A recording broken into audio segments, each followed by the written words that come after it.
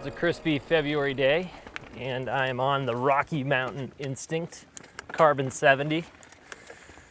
It's a bike that comes with 140 millimeters of rear travel, 150 front, landing it kind of squarely in one of my favorite categories.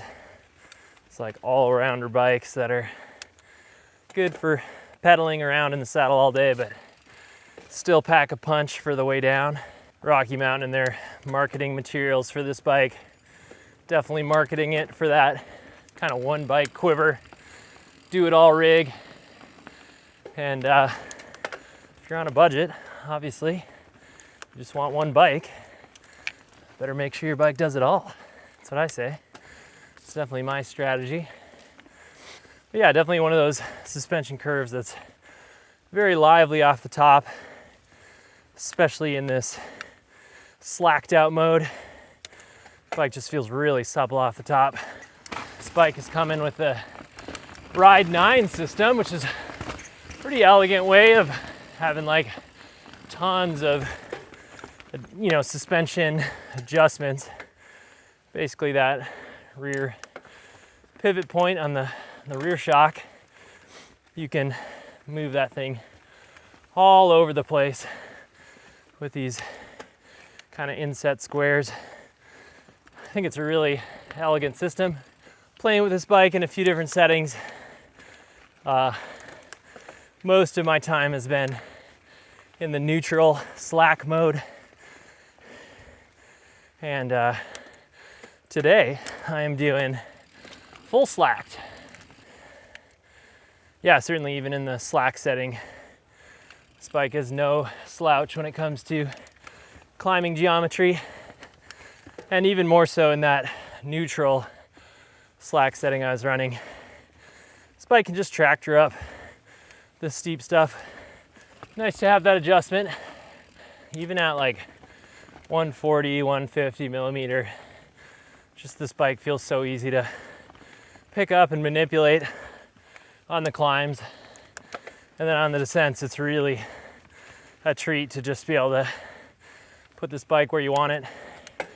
You're not just flopping around with excessive travel, but you can kind of be more selective about your lines and feel the trail just a little bit more. As far as specs, this thing comes a pretty burly build. Got a Fox 36 up front with a Grip 2, DPX 2 in the rear. Got the piggyback to keep things cool. Full XT component build out.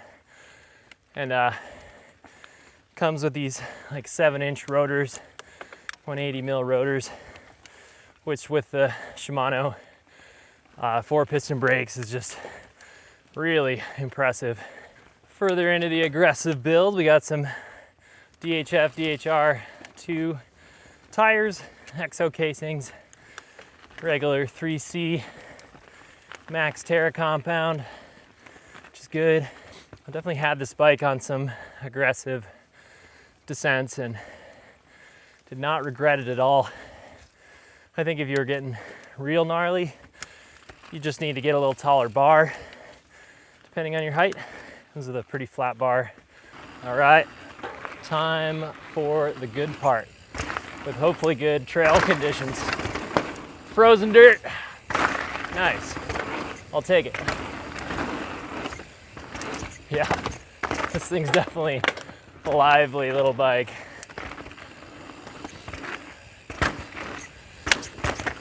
Feels like it can handle the, a little icy. Feels like it can handle the bottom outs pretty good too. Got a nice curve on this, especially in the slack setting. Definitely some interesting February conditions. I love just being able to like pick these little bikes up though on a moment's notice and just kind of put it right where you want to put it. It's funny how like just a little bit of travel can make such a difference. Oh yeah, loves to be popped. No idea if this wet or this wood is frozen or what the story is. Looks dry. Definitely rocks are icy. Ooh, yeah. Yeah, this bike feels just so good leaning over into a corner. Just feel like you have a lot of control on that edge. Woo! Especially today when can't really take any chances on this frozen dirt. I wish it was the good kind of frozen. Oh man, I really like just like the bar height and the amount of suspension on this bike. It's just so nice feeling like when you're ducked down into a corner, you just feel like you can really manage the bike kind of like halfway into a corner. Just so nice to pump these kind of medium-sized bikes too. Like I have a good amount of suspension to handle all the roots and rocks, but I also don't have too much where I kind of lose control. Man, yeah, just like pumping for that root. So nice on this bike. Yeah, and in this slack setting, definitely feels good. Flying down a slick, icy trail. Quite confidence inspiring setup. Woo! Man, crazy how good this setup handles those big old bottom outs. Even though the conditions are a little sketchy today, can't beat those golden rays poking through the trees in February. Definitely not a guarantee around here. Oh man, just a ultimate pumping bike. Gosh, I think it feels so good. And that rear suspension is definitely generating some grip. Wow. I mean, I really can manage the line choice on this thing. And on the deep hits, it's so capable feeling. A lot of just like energy absorption. Yeah. Woo. Nice. Oh man, this trail's in pretty good shape today. Woo. This bike's got me nose pressing and having a good old time. Man, yeah, you can just like pick this thing up and get an extra kind of like foot of distance over other bikes.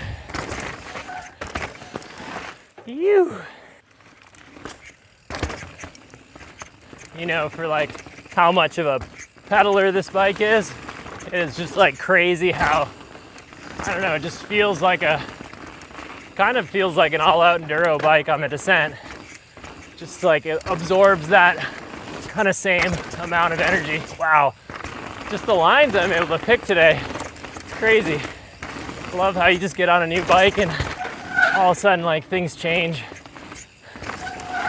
New lines start opening up and makes you less lazy to make certain gaps. Aha, missed that one though. Ew. Dang, it's quite playful as well.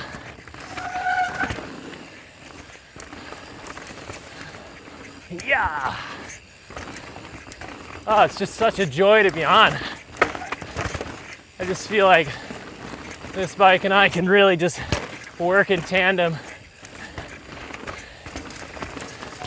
It's crazy too, like this dirt is so slow, but kind of able to make a lot of the gaps that I'd usually be able to make in the summer. This bike's just got that like playful, zesty, spicy thing going on that I just love in a mountain bike. Like, pushes you to kind of get more creative or have a little bit more fun. You're not just like hanging onto the bike, but rather you're looking to kind of pump and find speed and work in a little manual. And woo, dang, so manageable on the edge grip too, in kind of a different way than I'm used to in the past.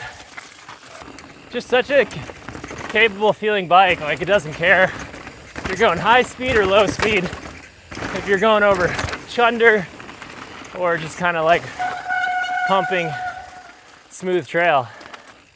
It's kind of interesting, like maybe it's just this slack position, but this bike really like dives into the travel the first half and then has this crazy ramp up the second half. I think it might have to do with the super slack setting that I'm in, but it feels so good. Just like very progressive setup, which with like 140 millimeters of travel, it's a great way of doing things. Give yourself a lot of impact absorption, but you're not clanking that shock off the bottom of the travel either.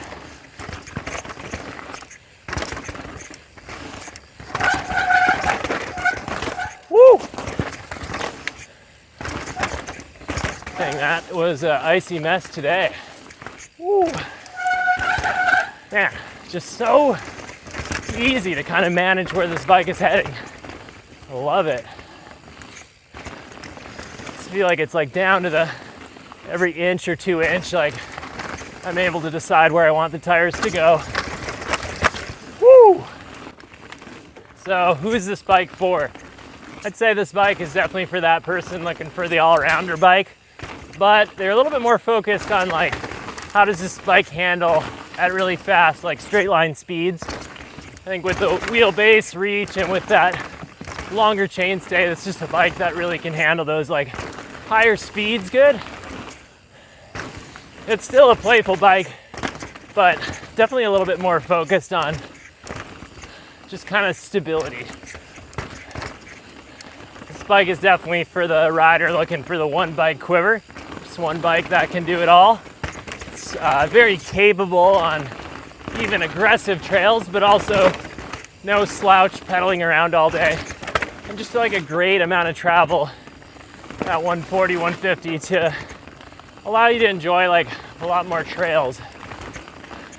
This is also just one of those bikes that somebody who loves cornering is gonna really enjoy, just because, I don't know, it gives you a lot of control just like mid-corner.